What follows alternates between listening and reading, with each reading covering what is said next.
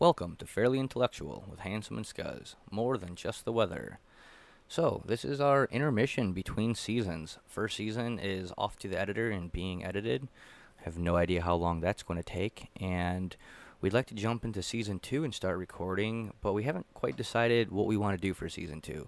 We know we want to be a little bit more lighthearted and not just focus on all the atrocities happening in the world and getting down to the root cause of it and all that jazz. We want to have a little bit more fun and keep us from getting depressed at the end of every week by talking about the shit that we talk about.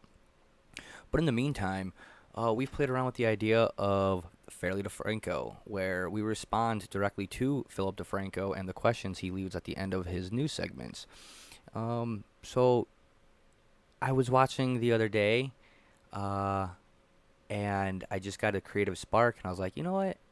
I kind of want to, write down my thoughts responding to him. And I was about to click on another YouTube video, and I was like, no. I have to do this right now. Stop, grab a journal, grab a pen, and just start writing. It doesn't matter what comes out as long as you're putting pen to paper again. It's been too long since I've just let the stream of conscious flow.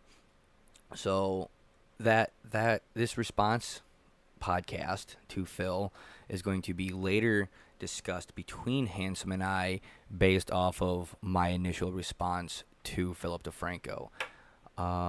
So stay tuned. It's a little scripted. It is. It's my first time reading from a script and recording it. I stumble a few words like I do when I'm just, going live. But hey, I'm trying, and I hope Phil sees it. I hope it responds. I hope other people hear what I say and hear what Phil says. I'm going to leave the link to the video I'm responding to in the description, and I'll title this with the date that he posted the video so you know what stories I'm talking about. So thanks. Stay tuned, and I hope you enjoy. Trump's phone leaks. It shows a man more interested in public image than what happens. I take from this a man interested in finding a way to keep his promises to the people who voted for him. As president, tough choices are necessary. The scope of the affected area is huge. Every step taken towards that choice will have reverberations, quite literally, across the earth. I'll be straight with you. When I think he's being an asshat, I'll call him out on it. And the whole wall thing? Dumb. But some say all his questions are a sign that he's inexperienced or doesn't know how to do his job. Well, in my opinion, I'm grateful he's asking these questions. I'd be more worried about the mental state of the guy who can make a decision in a single phone call. I'm curious as to what their master plan is and how they think that choice they make is going to favor them. Trump is making choices and asking questions in regards to the promises he made to the public. Ask every question under the sun and moon, Master Chief. The Mexico wall and the payment thing, Trump wanted to continue negotiations, have another conversation about how it could be economical for both of these nations, talk about how it could be Mexican workers and companies federally funded by Mexico. Mexico decides, look, Trump, this is how you create jobs, and along with it, new infrastructure. Both nations grow more.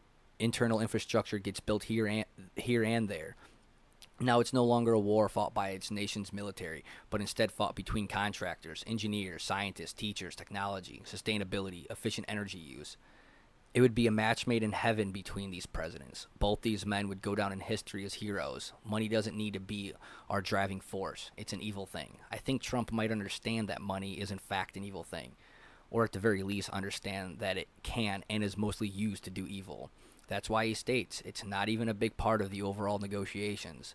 The Mexican president just yells, "We will not pay for it," like a stubborn kid.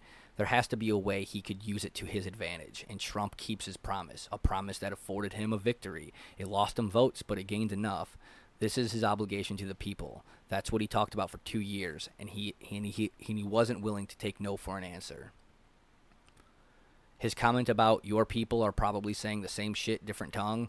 It's either in reference to them chanting, "Make America pay for it, don't build it," or "We'll pay for it so we have the work and can take pride in independence from America.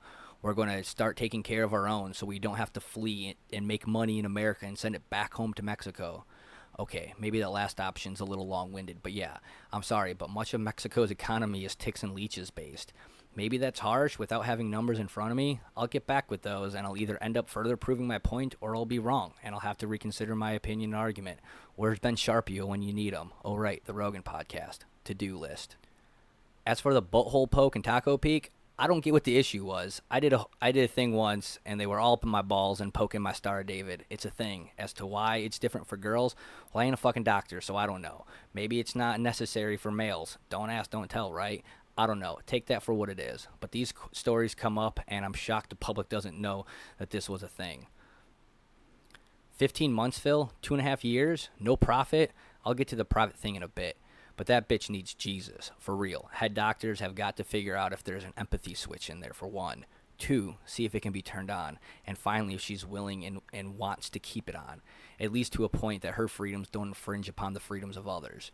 One could argue that old dude had his freedoms and made his choice. Wrong. This dude was manipulated, taken advantage of. Obviously, this lady has high enough cognitive skills to know how to take control of dude's life like that. Energy vampires, man. Figure out those 3 things and make a future decision.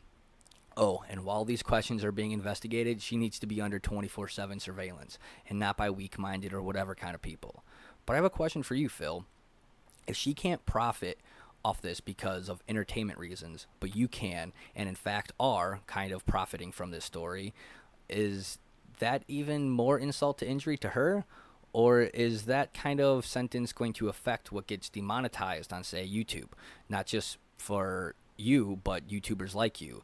A lot of people are talking about this. Podcasts, radio, YouTube, newspapers. Every medium has people profiting off this story. Even with demonetization, these stories get views, and that's what you're banking on. Those views churn a profit. It's not a bad thing. But the fact that a judge decided that she can't profit off this, would that be a valuable bit for reasons for demonetization? And if so, is that going to spike verdicts similar to this, where it gives valid reasons for sites to demonetize stories instead of, oh no, it might hurt someone's feelings? As of right now, I'm just writing thoughts down in a journal. After years of silence, my pen dances across these pages. For that, I thank you, but also maybe profit from talking about this psycho bitch.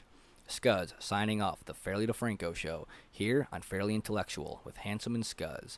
More than just the weather. Don't forget to subscribe, like, and share. Let's keep this conversation going.